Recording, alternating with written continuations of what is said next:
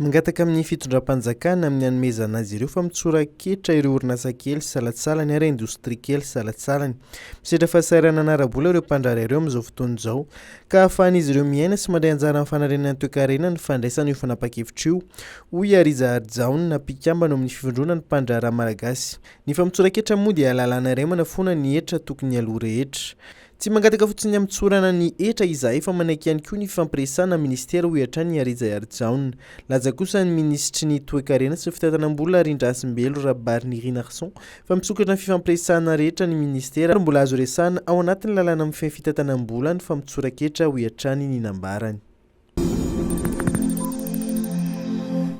Ireo orinasa misehatra amin'ny fanamboarana fotodrafitrasa no voasokajy jolarana voalohany amin'ny fampidirana mpiasa tsy ara-dalàna indrindra eto Madagasikara. Io no tatrana avokan'ny fanadidina nataon'ny fitsirihana nasionalin'ny asa sy ny fampiofanana na ny hoan'ny. Ny siraika amin'ny 5.5 isan-jaton'ny mpiasa malagasy misehatra amin'ny fanamboarana fotodrafitrasa dia tsy ara-dalàna avokoa araka io valin'io fanadidina io hatrany. Ny fatraboely no tena ahitana betsaka indrindra izay mahatratra ta 4.7 isan-jato. Manaraka azy ny avy eto Analamanga manana ta 5.5 isan-jato ary ny faritra Atsinanana izay manana ta 13.8 isan-jato. Anisan'ny mahamaro ny asa tsy ara-dalàna ihany koa ny fisian'ireo mpiasa karamaina manokana ivelan'ny orinasa. Na dia maro aza ny teti-bola natokana ho an'ny sehatra fanabeazana eto Madagasikara dia mbola sarotra ao amin'ny ministera sy ireo mpandraharaha miara-miasa aminy mandany izany vola izany.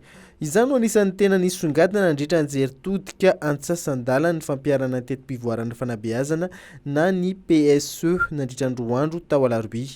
Nanambara ireo olona izay misehatra mivantana ao anatin'ny Fanabeazana fa ny fahasarotan'ny famoahana vola no anisan'ny tena mahatonga izany toe-javatra izany. Araka izany dia tarika avokoa ireo asa rehetra izay tokony tontosaina eo amin'ny lafiny Fanabeazana ary indraindray aza dia tsy vita mihitsy ny asa. Anisan'ny tena niaran'izany fahasarotan'ny famoaham-bola izany ohatra ny lafiny fananganana fotodrafitrasa. Noho ny tsy fahazahoan'ny vola ara-potoana dia miemotra ny fanamboarana fotodrafitrasa ka tsy afaka mandray ireo mpianatra voafa-panadinana farany ireo anjerimanontolo-panjakana. Nanazava araka izany Michel Malala ministry ny Fanabeazana fa misy ny dinika iarahan'ny ministera telo-tota amin'ny sana fampianarana sy ny banky iraisam-pirenena mba ahafahana mahatratra izany tahan'ny fandanian'ny teti-bola natokana ho an'ny Fanabeazana izany.